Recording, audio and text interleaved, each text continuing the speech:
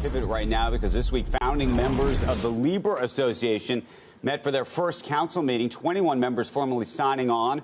Those included Andreessen Horowitz, Uber, Lyft, Spotify, and Coinbase. But a number of big founding member names also pulled out in the past week. Those include eBay, Visa, PayPal, and Stripe. And joining us right now to talk about all of it and where this is headed, David Marcus, co-creator of Libra and the head of Calibra at Facebook. David, good morning to you. Thanks for joining us. Really just want to understand more than anything else, this has been what looked like a tough week, given some of the companies that have dropped out, yet at the same time you did have your first meeting to establish all of this. What does it mean? Well, I believe that it wasn't, a tough week. I would have rather have all of these companies come with us. And like I said before, I felt that it was great for them to want to join and explore, in parts disrupting themselves all the way up until that point. But I also understand and respect that they have shareholders, employees, and stakeholders that they have to respond to. And it was probably the responsible thing at that point in time, given the pressure that they were under, to focus on that. And now we have an association that's 21 members strong. We have a board that's voted in. And since 2 days ago, we finally have an association that has a proper governance structure that will enable us to go address all of the concerns that were raised by a number of regulators and stakeholders around the world. So I think it's a lot of progress this week. And yes, of course, it wasn't great to have all of these companies leave last week. But at the same time, again, I appreciate the fact that they wanted to try to join in the first place and spend all of that time with us. David, can we talk about some of the pressure that they were under and therefore I imagine you were under? Senators Brian Schatz and Sherrod Brown sending letters to Visa, MasterCard, and Stripe, effectively saying if you take this on, and I'm quoting, you can expect a high level of scrutiny from regulators not only on Libra-related activities, but on all payment activities. And by the way, when we mentioned this on the air to Secretary Mnuchin, as if they were responsible for, as if those senators were responsible, he seemed to suggest that he was also responsible, responsible for companies wanting to back away from this, given his own concerns about the issues. Well, first, I believe that it's kind of odd that all of this is happening at the stage of this project, because it's a project, it's an idea, it's a white paper, nothing is operating yet. And it's kind of sad in a way to see all of the issues that we currently have with the current system, 1.7 billion people left behind. Even in the U.S., if you want to be part of a modern financial system and your average balance is $1,500, you pay $15 a month. On average, 7% to send money cross-border, and the people who need it the most paying the most. And, the fact that we're not even open, or some people are not even open to the idea of exploring how to improve those things for their very constituents, it's kind of odd to me because, we're not dogmatic about the approach, right? Do you think this is about the idea, or do you think this is about Facebook? And let me just read to you. This is the Financial Times. Digital transformation in banking is welcome, but regulators are right to argue that Facebook has yet to make the case for its own e-bucks. Well, first of all, it's not our own e-bucks. And, since Monday, I can't speak on behalf of the Libra Association. We're 1 out of 21 and soon to be 1 out of 100. So that's one. And I believe that, as far as Facebook is concerned, we have a duty to our users and our stakeholders to continue innovating on their behalf. We have a platform that reaches 2.7 billion people and 90 million small businesses that are active on our platform. And we need a better system for people to pay. And we can facilitate all of these things. So I think it's our duty to continue to innovate on this. But I understand the criticism as well. And we have to do a lot to demonstrate that we need to be trustworthy, or we can be trustworthy for this. And the one thing I want to stress again is that no one needs to trust Facebook to use Libra and to onboard this platform. You'll have a choice of wallets. You'll have an ability to actually move money around wallets because you'll have interoperability built in at the core. And I think that we owe to at least get down the route of exploring how we address these concerns to solve the very issues that are plaguing so many people around the world. Which is a worthy goal. Digital transformation in banking and the unbanked and everything else. And I'm starting to sort of understand that could be something that Libra could satisfy. But just seeing Andreessen Horowitz involved and thinking about Mark Andreessen and in his efforts in crypto, I was just wondering about you, David. Do you own any cryptocurrency currently? I mean, do you own any Bitcoin yourself?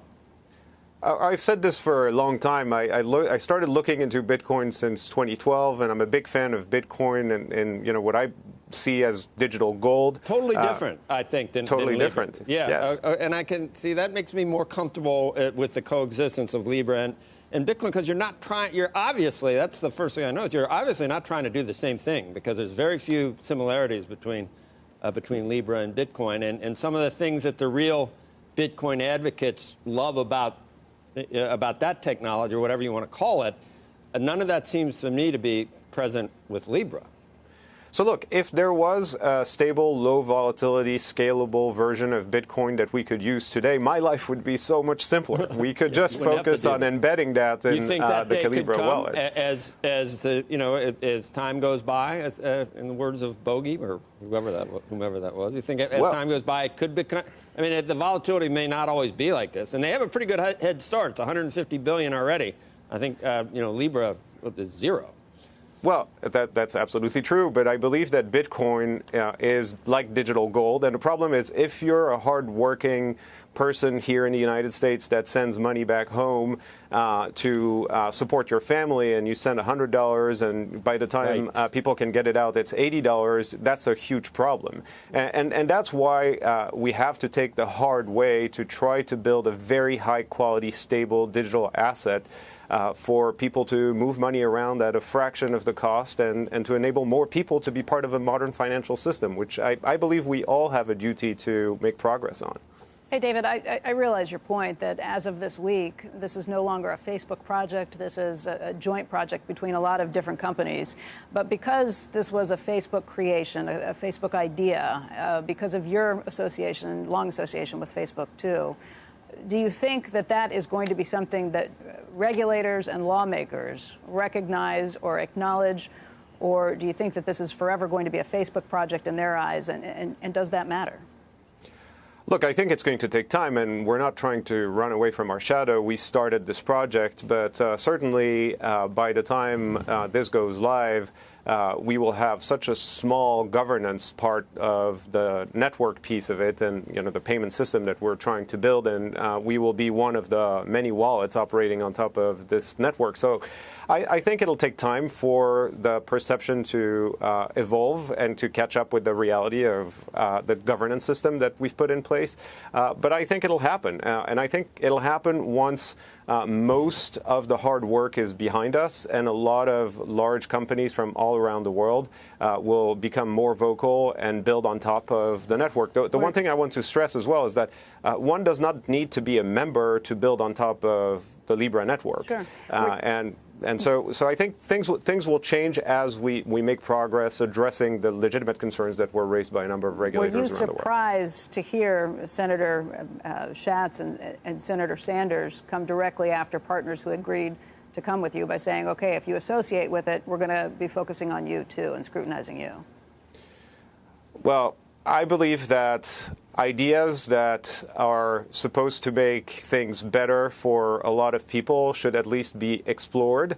And the fact that some people are trying to dissuade people from exploring ideas that are here to make things better for their constituents is probably not the right approach in my book to try to move things forward in the world. But again, you know, this is the reality of a core system that has not changed in 50 years. There's been a lot of fintech innovation at the edges, but the core of the network that moves money around the world, whether it's SWIFT or ACH, hasn't changed in 50 years. And meanwhile, on the internet, you can do group high-definition video calls for free, which was brought in by the internet. And before that, it was the telecom systems where you used to pay $1 a minute for a long-distance call. So things have evolved in all other industries thanks to the internet. But the core of the financial system to move money around hasn't in 50 years. There's probably a reason for that. Hey, David, I was just sort of thinking philosophically.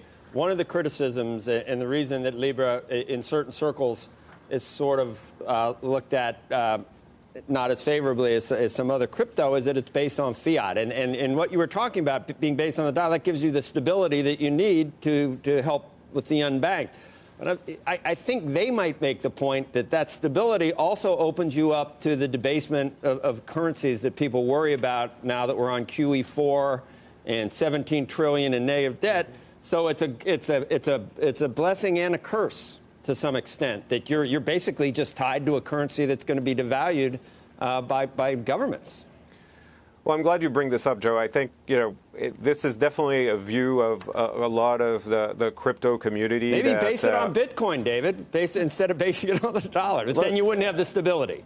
Yes, that's the problem. That's the problem. But I want to say one thing. Okay. The way that Libra is stabilized is by backing it to a basket of stable, low volatility currencies, and by committing to not move that reserve from a one-to-one fully backed reserve, and so never going into the land of fractional reserve and printing money.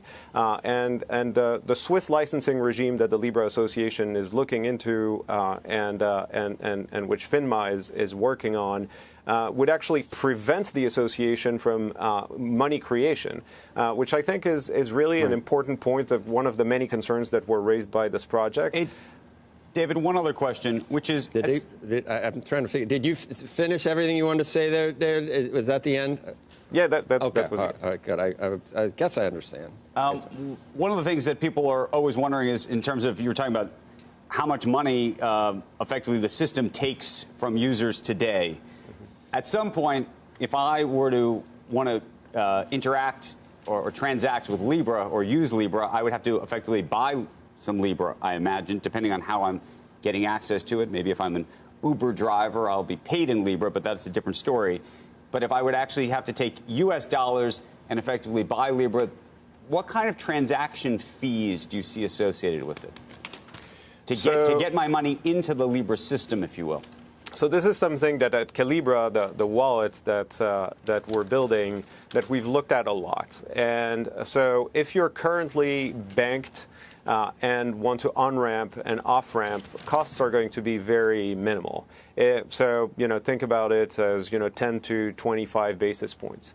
If you're unbanked, then you'll have to rely on cash-in and cash-out agents.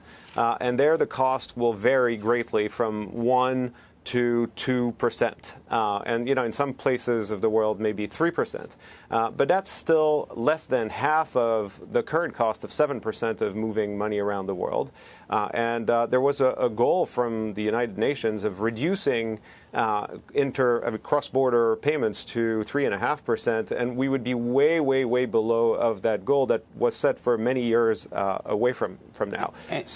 And just to put a fine point on it, does Facebook collect that transaction fee?